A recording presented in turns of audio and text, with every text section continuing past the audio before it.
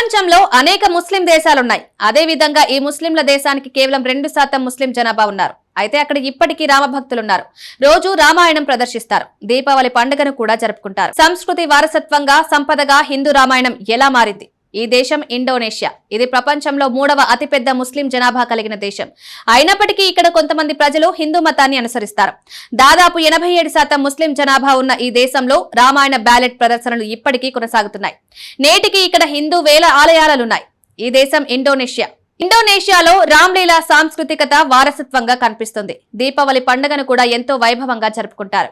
ముఖ్యంగా ఇండోనేషియాలోని బాలి ద్వీపంలో రామ్లీలా కార్యక్రమాన్ని ఎంత వైభవంగా జరుపుకుంటారంటే వీధుల్లో జరుపుకునే పండుగను చూడ్డానికి ఒక అందమైన దృశ్యంగా ఉంటుంది. ముస్లిం కళాకారులు రాముడు, సీత, హనుమంతుడి పాత్రలకు ప్రాణం పోస్తారు. ఈ దేశం మొత్తం రామ్లీలా జరుపుకుంటుంది.